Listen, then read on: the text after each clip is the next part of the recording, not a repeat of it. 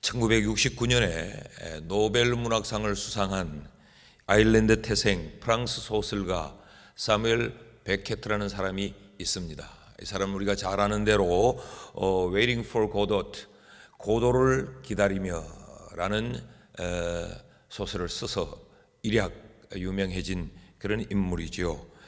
그가 말하기를 인생이란 뭐냐? 그는 그의 책에서 인생은 태어나면서부터 죽음을 기다리는 존재다라고 했습니다. 이런 유명인이 말했기 때문에 이 말이 멋있어 보이지만 사실은 지극히 평범한 말 아니에요. 사람은 태어나면서부터 죽음이라고 하는 곳을 향해서 달려가고 있는 존재입니다. 오늘 우리가 여러 가지 꿈을 꾸고 계획을 가지고 가슴 펄떡거리는 그런 삶을 산다고 하지만 죽음을 향해서 한 걸음 한 걸음 더 나아가고 있는 겁니다. 결국 인생은 뭐냐? 인생은 절망적 존재라는 겁니다. 살아야 죽음을 향해서 더 가까이 가고 있는 것이고, 에너지를 많이 쏟아부으면 쏟아부을수록 죽음과 더 가까이 가고 있는 것입니다. 인생이 이런 절망적 존재라고 하면 절망은 뭐냐? 절망은 인간의 한계로 인해서 경험하는 그 상황을 우리는 절망이라고 이야기합니다. 그럼 우리가 살면서 우리 인생의 가장 큰 숙제는 이 절망의 인생에서 과연 뭐가 필요할까?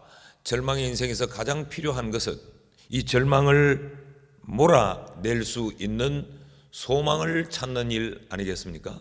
인생이 이런 절망적 존재라고 하면 우리에게 필요한 건 소망을 찾는 일입니다. 과연 이 세상에 소망을 찾을 수 있을까? 과연 이 세상에는 소망이 있을까?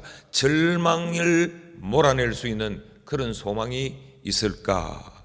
오늘 본문은 절망의 상황에서 소망을 발견하고 그 절망을 소망으로 넉넉히 이겨낸 이야기가 오늘 본문의 이야기입니다. 질병과 죽음이라고 하는 이 절망에서 다시 살아나는 이 소망의 이야기, 그것이 오늘 본문의 이야기인데, 오늘 본문은 좀 특별한 구조를 가지고 있습니다. 21절부터 오늘 사실 본문의 이 사건이 시작이 돼요. 그러다가 24절에서 잠시 멈춥니다. 그리고 25절부터 34절까지는 이 본문과 상관이 없는 다른 사건이 중간에 삽입이 되어 있습니다. 그리고 35절부터 다시 24절에 이어지는 이 본문의 내용이 기술되고 있습니다. 참 신기하게도 이렇게 복잡한 구조인데 마태, 마가, 누가복음에서 동일하게 똑같이 기록을 하고 있습니다. 본문은 어떤 내용인가? 22절과 23절 말씀을 보면 회당장 중에 하나인 야이로라 하는 이가 와서 예수를 보고 발 아래 엎드려 간곡히 구하여 이르되 내 어린 딸이 죽게 되어 사오니 오셔서 그 위에 손을 얹어사 그로 구원을 받아 살게 하소서 하거늘. 회당장 야이로라는 사람의 딸이 하나 있었는데 그 딸이 지금 죽게 된 상황을 만납니다. 내 어린 딸이 죽게 되었나이다. 여기 죽게 되었다라고 하는 이 말은 에스카토스라고 하는 말인데, 이 말은 마지막 단계를 이야기합니다. 그러니까 이런 이야기가 됩니다. Finally she is die. 이제 내 딸은 죽음의 마지막 단계에 와 있다, 그런 말이에요. 그러니까 얼마나 절박한 순간의 사건을 기술하고 있는지를 알 수 있어요.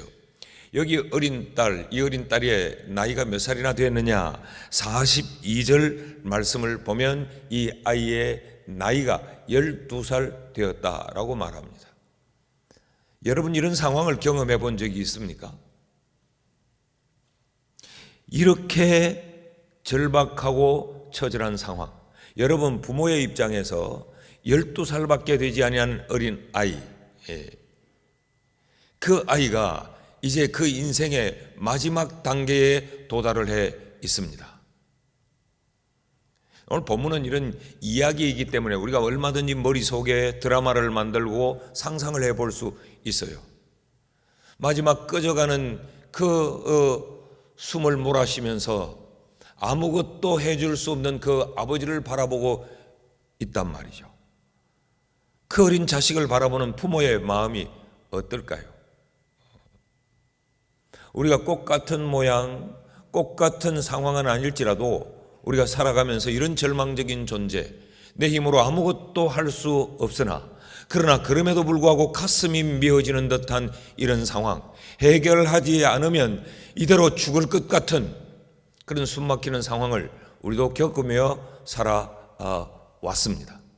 인생을 오래 살았다면 이런 순간, 이런 시간은 더 많이 경험할 수 있죠.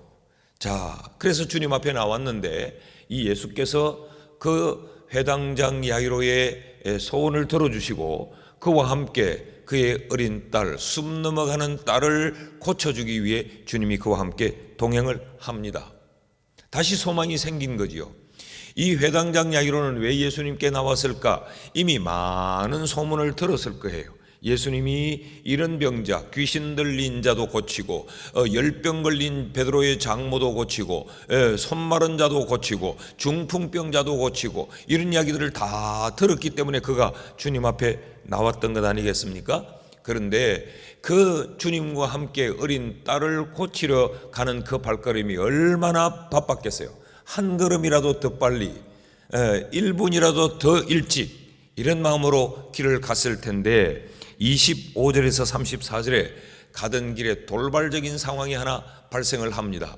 그것은 어제 우리 어제 토요일 1,000명 금식 기도회 때 살폈던 내용이에요. 12회를 혈루증으로 앓던 여자가 불쑥 끼어들어서 예수님에게 자기의 질병을 고침받는 이 상황이 돌발적으로 발생을 합니다. 그때 이 회당장 야이로의 마음은 어땠을까요?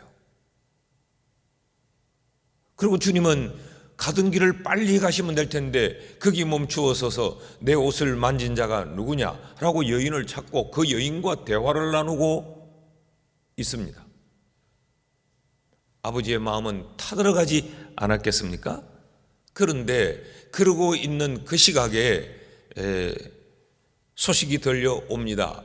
35절 말씀을 보면 아직 예수께서 이 혈루병 걸린 여자와 말씀하고 계실 때에 회당장의 집에서 사람들이 와서 회당장에게 이르되 당신의 딸이 죽었나이다. 어찌하여 선생을 더 괴롭게 하나이까? 조금 전 상황은 죽을 것처럼 숨이 넘어가고 있는 상황이었는데 이제는 그 딸이 죽었다.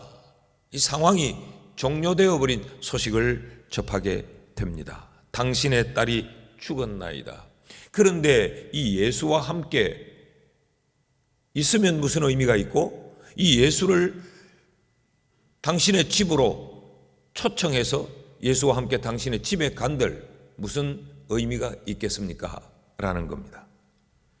자, 이제 모든 것이 마침표를 찍어버린 이런 절망의 상황에서 주님께서 주신 말씀이 36절 말씀입니다. 같이 한번 읽으시죠. 다 같이 시작. 예수께서 그 하는 말을 곁에서 들으시고 회당장에게 이르시되 두려워하지 말고 믿기만 하라 하시고. 요약하면 이런 이야기입니다. 두려워하지 마라. 믿기만 하라. 여러분, 뭘 더 믿어야 됩니까? 조금 전 예수 앞에 나와 내 딸이 죽게 되었으니 좀 살려주십시오라고 할 때는 믿음이 있었습니다. 그런데 이제 그 딸이 죽었다고 이야기합니다. 그런데 주님은 믿기만 해라 라고 말씀을 하신단 말이죠. 여러분, 이 말씀이 이해가 되십니까?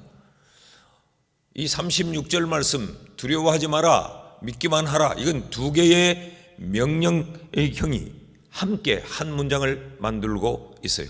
하나는 하지 마라 라고 하는 부정명령이고 또 하나는 해라라고 하는 이 긍정 명령이 주어지고 있습니다. 그런데 이 부정 명령과 이 긍정 명령이 진행형으로 기술이 되고 있어요.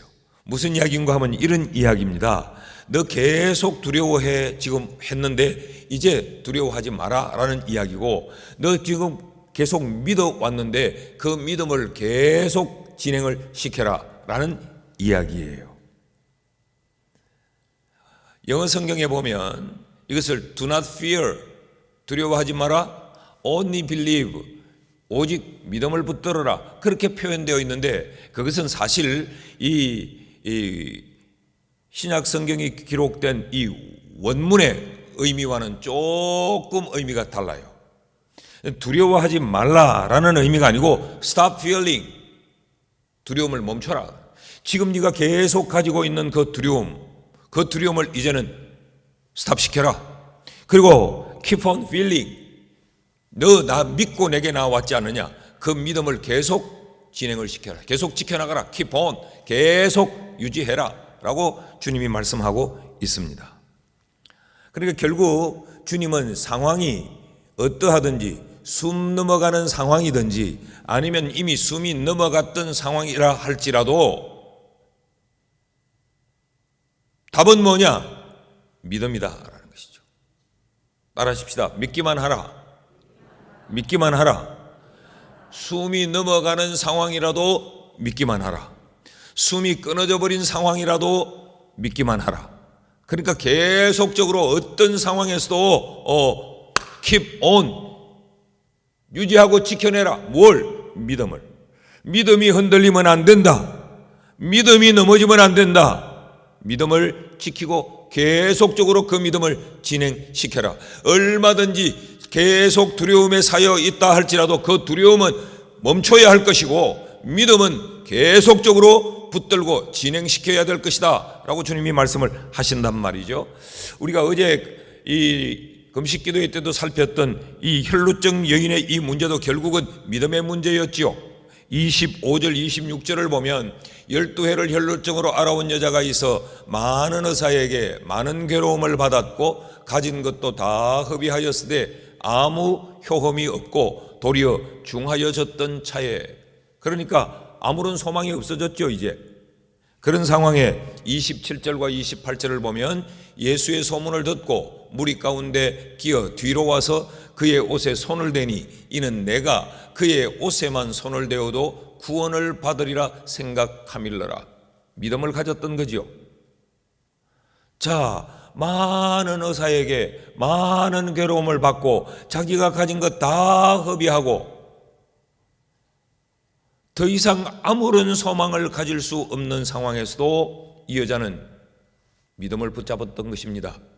그랬더니 29절 말씀에 보니까 이에 그의 혈루 근원이 곧 마름에 병이 나은 줄을 몸에 깨달았느니라. 믿음을 끝까지 붙들고 있었더니 이 믿음이 그 여인의 병을 낫게 했다는 거예요. 그리고 이 상황을 보고 주님이 뭐라고 말씀하시느냐? 34절 말씀에 보니까 예수께서 이르시되 딸아 네 믿음이 너를 구원하였다 라고 말씀을 하시는 거죠. 여러분, 믿음이 우리의 삶의 해답입니다. 믿기만 할 수 있기를 축복합니다. 상황이 어떻게 변할지라도 믿기만 하면 답은 있다라는 말씀이죠. 자, 그렇다면 이 어떤 경우에, 믿음은 어떤 경우에 해답이 될까? 오늘 믿기만 하라, 두려워하지 말라라고 하신 이 말씀은 우리의 삶의 어떤 상황에 적용이 되고 해당이 될 수 있을까? 주님은 이 말씀을 하실 때 첫째로 이 인간이 자기 스스로 아무것도 할 수 없는 이 한계적 상황을 만날 때에 그때 믿기만 해야 된다는 것이죠. 오늘 본문의 특징 중에 하나는 이 사건의 중심 인물에 대한 묘사입니다. 22절 말씀을 다시 보면 회당장 중에 하나인 야이로라 하는 이가 와서라고 이야기합니다. 오늘 이 사건의 중심 인물이 회당장인데 그의 이름이 야이로라 그렇게 소개하고 있어요. 대부분의 복음서에는 어떤 이 사건에 대하여서는 언급을 해도 사건의 중심 인물에 대한 이름을 드러내지 않습니다. 마가복음에 한해서만 봐도 이 마가복음 1장에서 귀신 들린 자 그랬어요. 또 열병 걸린 자가 누구냐? 베드로의 장모라고 했지 그 여인인 이름이 뭐냐를 말하지 않았어요. 손 마른 자라고 했어요. 중풍병자라고 했어요. 그런데도 유독 이 마태, 마가, 누가복음에서 이 사건만은 회당장 야이로라고 그의 이름을 밝혀놓고 있어요. 오늘 우리가 마가복음 여기 보면 이 회당장이라고 하는 이 직함을 4번이나 언급을 하고 있단 말이죠. 회당이 뭐냐? 회당장은 회당의 책임을 맡고 있는 사람인데 이 회당은 솔로몬 성전이 무너지고 이 유대 백성들이 다 바벨론의 포로로 끌려갔을 때에 그들은 이 회당을 세우고 이 회당에서 그들은 예배했어요. 그러니까 회당은 그 당시에는 이 신앙의 장소였습니다. 근데 포로의 삶을 마치고 귀환을 해서 돌아와서는 이 회당이 어떤 용도로 쓰이느냐? 정치의 자리, 문화의 자리, 종교의 자리, 교육의 자리, 이 경제의 자리, 그러니까 이 사회생활의 모든 요소들을 다 총괄하고 다루는 이 삶의 센터가 바로 이 회당이었습니다. 오늘날에도 역시 동일해요. 유대인이 있는 곳에는 반드시 회당이 있습니다. 우리나라에는 그렇게 유대인들을 많이 볼 수 없어서 그런데 뭐 미국이나 유럽 쪽으로 가보면 유대인들이 모여 사는 도시에는 반드시 회당을 세워놓고 있습니다. 이 회당에는 대부분 한 7명에서 8명 정도의 이 장로들이 있어요. 이 장로들이 이제 이 회당을 관리하고 섬기고 있습니다. 그 가운데 대빵이, 그 가운데 대장이 바로 회당장입니다. 그러니까 회당장은 이 회당의 우두머리일 뿐만 아니라 그 사회의 지도자고 그에게는 명성이 있고 그 사회의 지도자로서 그에게는 부도 있고 그에게는 권력도 있고 정치, 경제, 문화, 종교, 교육 모든 방법에 곳에 직접적인 실력을 행사할 수 있는 막강한 사람이 회당장입니다. 그래서 이 성경에 보면 시나고그 룰러 그렇게 표현했어요. 이 엄청난 인물. 그런데 그가 누구냐? 야이로라고 이름을 구체적으로 밝혀놓은 의미는 이 사람의 이름을 모두가 알만한 굉장히 명망 있고 실력 있는 자다라는 걸 지금 의도적으로 성경이 드러내놓고 있습니다. 그런데 이 엄청난 존재가 오늘 본문에 보면 30대 초반의 젊은 무명의 남자 앞에 무릎을 꿇었습니다. 이것은 엄청난 충격입니다. 이미 마가복음 2장에 보면 예수님은 신성 모독죄로 종교인들의 눈에 가시가 되어 있었어요. 그리고 마가복음 3장에 들어오면 바리새인들에 의해서 암묵적인 예수를 죽이려고 하는 살인이 허용되고 있었습니다. 그러니까 그 시대 도시 분위기가 어땠느냐? 저놈은 죽여 없애야 돼. 그래, 저는 암적인 존재야. 이런 시점에 그 사회의 최고의 지도자인 이 회당장 야이로가 예수 앞에 무릎을 꿇었다는 것. 사람들로부터 비난을 받을 수 있고 또 자신이 지금 누리고 있는 모든 것들을 일순간에 잃을 수 있는 이런 상황임에도 불구하고 그가 예수 앞에 무릎을 꿇었습니다. 왜 무릎을 꿇었을까? 자신의 한계 때문에 그렇습니다. 숨 넘어가는 그 딸을 위해 아무것도 해줄 수 없기 때문에 그는 예수라고 하는 병을 고칠 수 있는 능력자 앞에 그가 지금 무릎을 꿇는 거죠. 자, 이 회당장 야이로가 무릎을 꿇었다는 이야기는 자기가 가진 권력의 한계를 느꼈다는 이야기입니다. 이 야이로가 무릎을 예수 앞에 꿇었다는 이야기는 자기가 가지고 있는 종교적인 지식이 한계를 느꼈다는 이야기죠. 그가 소유하고 있는 많은 그런 것들이 지금 숨 넘어가는 딸 앞에 아무런 영향을 끼칠 수 없는, 그야말로 이 사람의 인생의 절대적인 그런 한계의 상황을 만나고 있다는 거죠. 여러분, 이것이 인간의 한계입니다. 우리가 잘난 척하고 큰 소리를 치고 똑똑한 척하고 살아도 눈에 보이지 않는 바이러스 하나도 우리가 해결을 못해 오늘 이렇게 마스크를 끼고 살잖아요. 이게 인간의 한계입니다. 바로 이런 상황에 주님이 하시는 말씀이 뭐냐? Keep on believing. 믿기만 해라.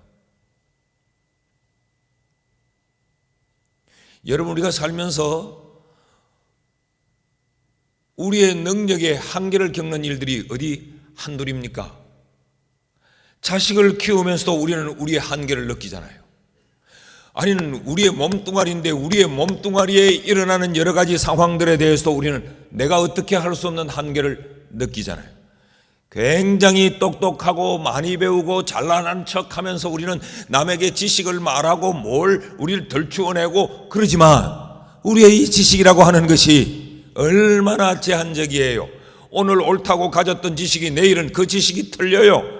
오늘 이것이 바르다고 믿었던, 내가 이게 진리라고 생각했던 내가 가진 이 진리의 지식이 내일은 전혀 적용되지 못하는,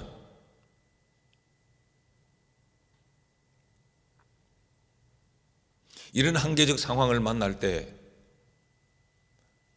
우리가 취해야 될 태도, 우리가 붙들어야 될 해답은 믿음입니다. 우리가 이 한 해를 살아가면서 우리 이런 상황을 참 많이 만날 거예요. 이럴 때에 두려워하지 말고 두려움은 멈춰 세워버리고 믿기만 하는 우리가 될 수 있기를 축복합니다.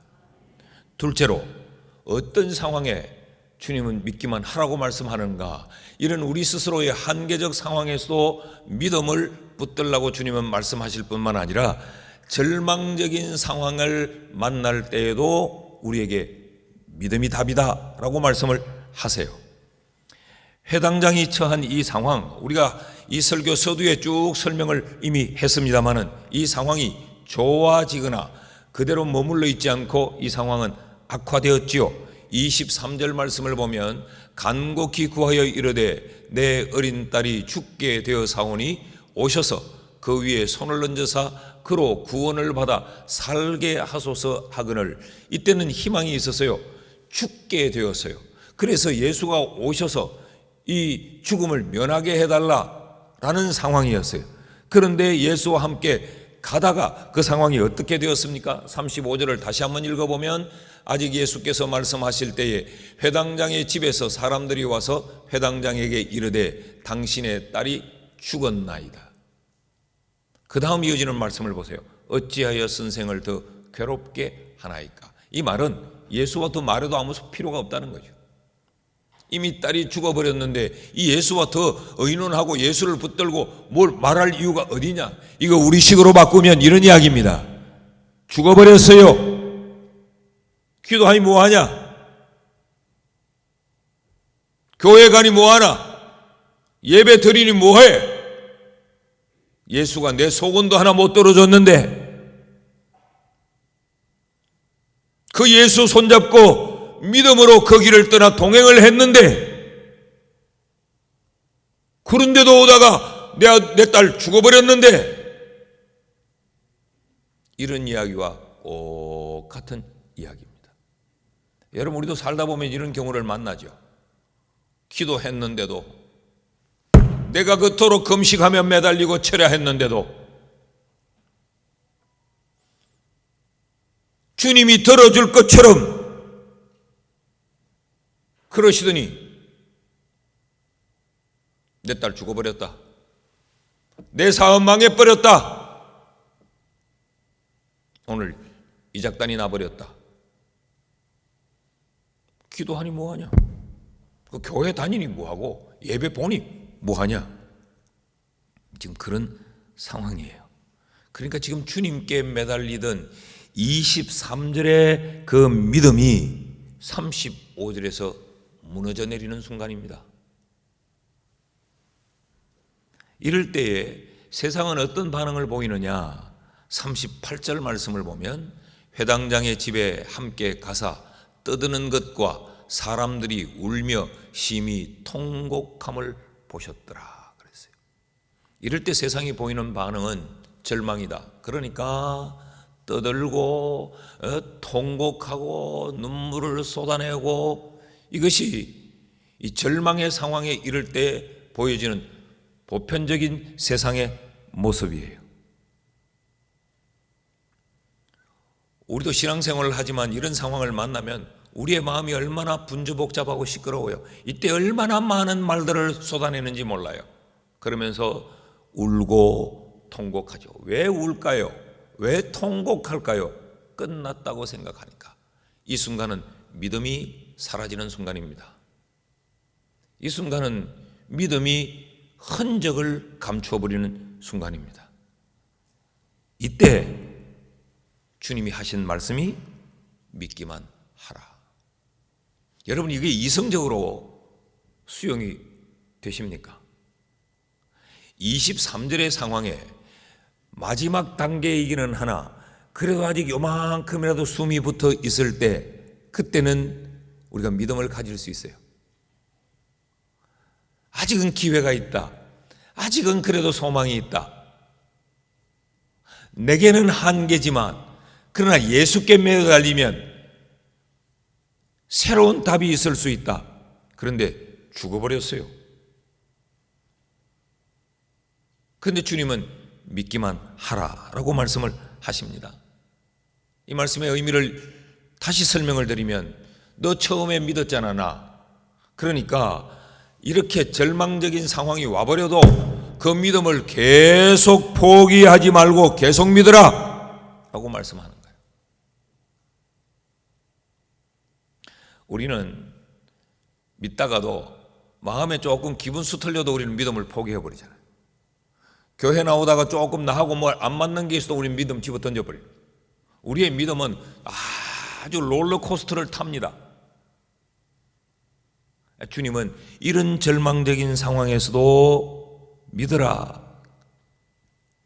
왜 믿기만 하라고 말씀을 하실까? 주님이 해결하실 것이기 때문에 그렇습니다. 주님은 희망이 남아있을 때나 희망이 완전 사라졌을 때나 주님에겐 그것이 아무런 문제가 안 됩니다. 우리 편에서의 생각이 문제지, 주님에게 있어서는 희망이 이만큼 남았거나 요만큼 남았거나 희망이 완전 없어졌거나 주님 편에서는 아무런 문제가 안 돼요. 자, 울고 통곡하는 이들을 보면서 주님이 뭐라고 말씀을 하십니까? 39절 말씀을 같이 한번 읽습니다. 시작. 들어가서 그들에게 이르시되 너희가 어찌하여 떠들며 우느냐? 이 아이가 죽은 것이 아니라 잔다 하시니.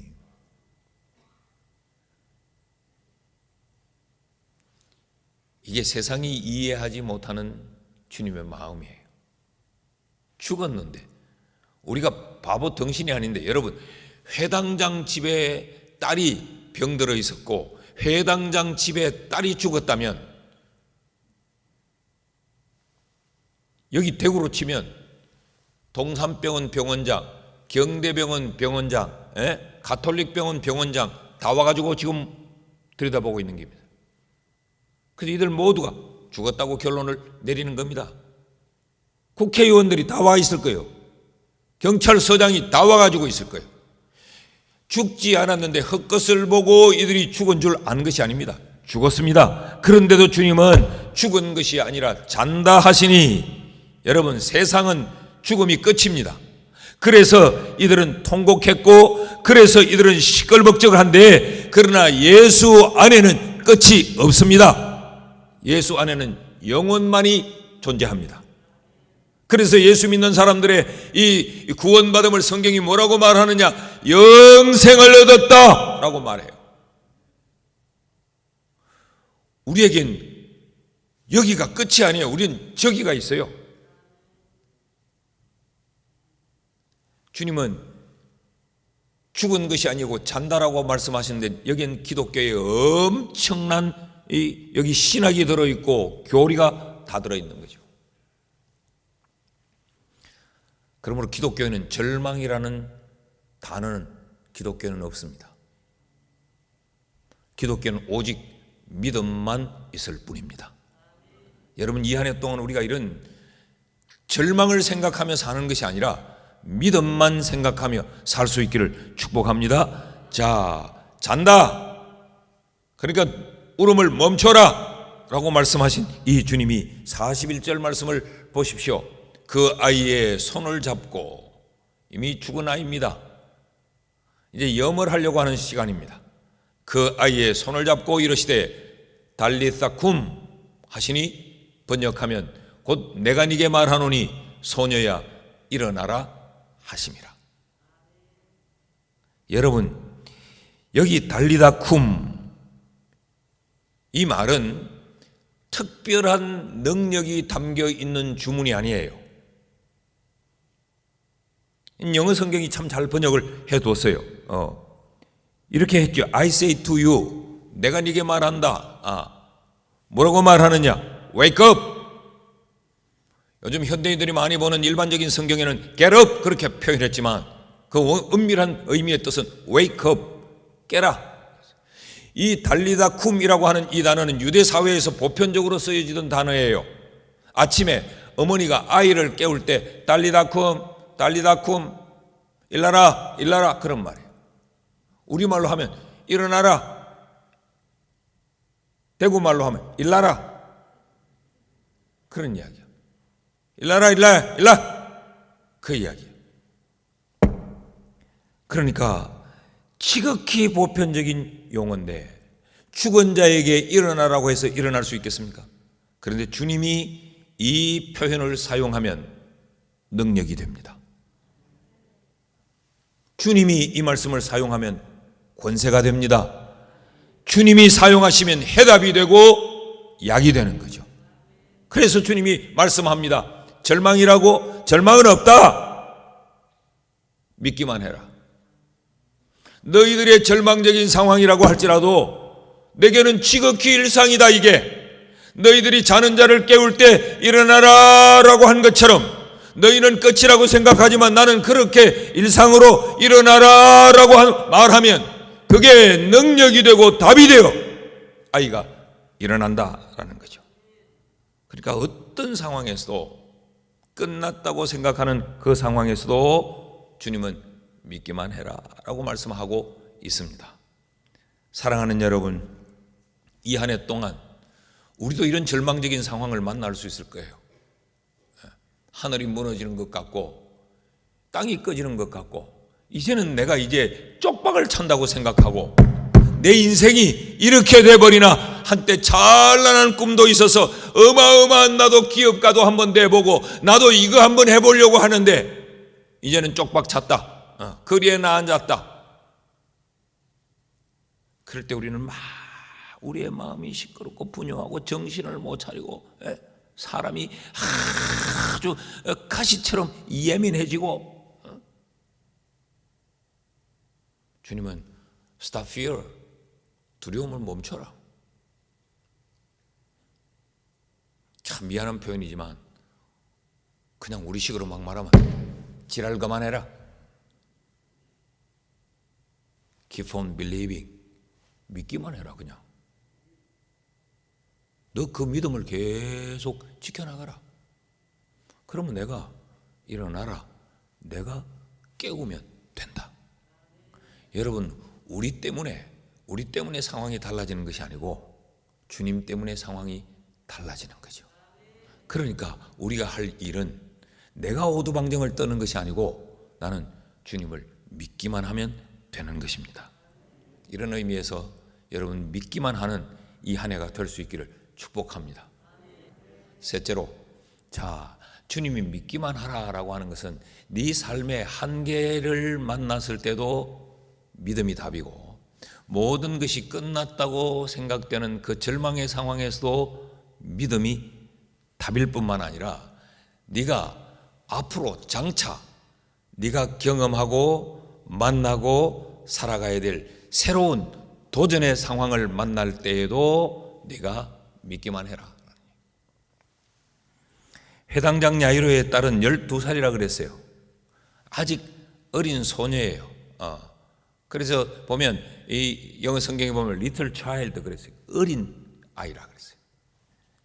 그런데 42절 말씀을 보면 주님이 달리다 쿰 하니까 이 소녀가 곧 일어나서 그러니 나이가 12살이라 사람들이 곧 크게 놀라고 놀라거늘. 이 아이는 죽음에서 다시 살림을 받았어요. 그런데 이제 12살이에요. 이제 이 아이가 맞닥뜨리며 살아가야 될 그 세상이 이 아이 앞에 턱 버티고 섰습니다. 그런데 사람들이 죽음의 자리에서 일어난 이 아이를 주목하고 있습니다. 모두가 보고 놀랐다 그랬어요. 자, 죽음에서는 살아났지만 이 아이가 이제 살아가야 될 인생은 이건 도전의 시간입니다. 그때 주님이 하신 말씀을 보면 43절에 예수께서 이 일을 아무도 알지 못하게 하라. 그리고 그들을 많이 경계하고 이에 소녀에게 먹을 것을 주라 하시니. 주님이 왜 이렇게 말씀을 하셨을까요? 주님 하신 일은 두 가지입니다. 야가 죽었다가 살았다는 거 이거 말 많이 하지 마라. 입 다물어라. 이 아이의 일생에 꼬리표처럼 따라다닐 거예요. 그리고 모든 사람의 눈이 이 아이를 그 도시에 회당장의 딸이니까 죽었다가 살아났다고 하니까 모두가 그를 주목할 거예요. 이 아이가 그 시선을 받으며 살아가야 될 그 시간이 이 아이에게 얼마나 힘이 될까요? 그래서 주님은 그들에게 이걸 입 다물어라. 그러면서 이 아이에게 먹을 것을 주라라고 말씀을 하세요. 이 의미에는, 이 말씀엔 두 가지 의미가 담겨 있습니다. 하나는 이 소녀를 향한 메시지가 여기 담겨져 있어요. 네 인생의 앞날에 너도 나를 믿기만 해라.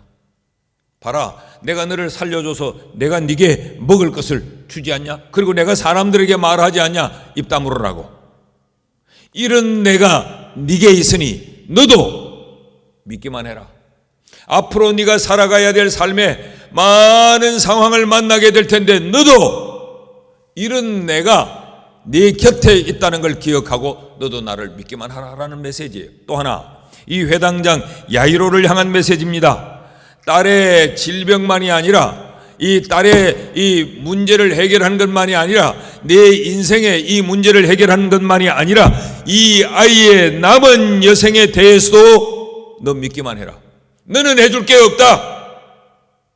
네가 가진 권력으로도 이 아이 숨 넘어갈 때 해주는 거 아무것도 없고, 네가 가지고 있는 그 부, 여러분 그 사회의 최고의 이 실력이 있는 자니까 당연히 그 사람에게는 여유로운 경제적 부유함이 있었겠죠. 그걸 아무것도 이 아이를 위해 해줄 것 없잖아. 그런데 이 아이가 이제 인생의 출발이다. 이제 인생의 시작이다. 이제 시작하는 이 아이의 인생에 앞으로 또 어떤 일을 만나겠냐?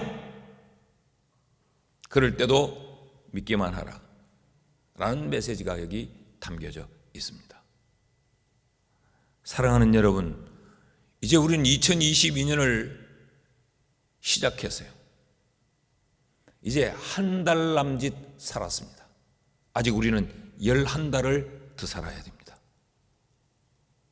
어떤 일을 만날지 우리는 알지 못합니다. 나 어떤 일을 만나더라도 믿기만 하면 주께서 도움자가 되십니다. 믿기만 하면 주님이 해결해 주십니다. 믿음을 붙들고 이 한 해를 살 수 있기를 주의 이름으로 축원합니다. 두려움은 멈춰라. 이 두려움을 멈추는 것과 관계되어서 주님이 유명한 말씀을 해주셨죠. 그 두려움을 염려로 바꾸면 누가 염려한다고 해서 키를 한 잔이나 더 크게 할 수 있느냐? 내일 일은 내일 염려하고, 그 말은 내일 염려하라는 말이 아니에요. 염려는 멈춰라 그런 이야기. 내일 되면 또 내일 하고, 내일 되면 또 내일 하고, 그 말이에요. 근데 성경은 염려를 멈추고 염려를 밀어내라고 말하는데 우리는 염려를 갑으로 합니다. 대부분 우리가 두려워하고 염려하는 것은 일어나지 않은 것을 미리 당겨서 생각하기 때문에 염려하는 거죠. 그 믿음과 반대되는 것입니다. 믿음은 일어나지 않은 상황에 대하여서 신뢰하는 것이고, 두려움은 일어나지 않는 상황에 대하여 자기가 미리 염려하는 거예요. 아직 일어나지도 않았는데 이마에 아픈 거 보니까 어쩌면 안 죽겠나, 그 이야기죠. 이래 되는 거 보니까 안 망하겠나. 그래서 하나님보다 먼저 자기가 판단해버리고 하나님보다 먼저 선택하고 하나님보다 먼저 결정하고, 나는 한다 하면 합니다. 나는 뭐 후회 없습니다. 아니요. 그 인생을 길게 보면 그게 다 엄청난 실수요, 후회요, 치욕으로 결정되고 만단 말이죠. 따라하십시다. 내일은 오늘이 아니다. 오늘이 아니기에 그 내일은 내 것이 아니에요. 주님이 주시면 만나는 거예요. 그 내일은, 사실은 내일은 내일이 아니에요. 내일 돼 봐야 하는 거예요. 그러면 그 내일은 내일 돼 보면 오늘이 될 수밖에 없는 거예요.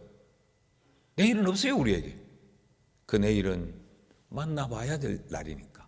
만나면 그 내일은 이미 내일이 아니고 오늘이에요. 여러분, 염려를 가불하지 말고, 일어나지 않은 일에 대하여 두려워하지 말고, 오직 믿기만 하는 이 한 해가 될 수 있기를 축복합니다.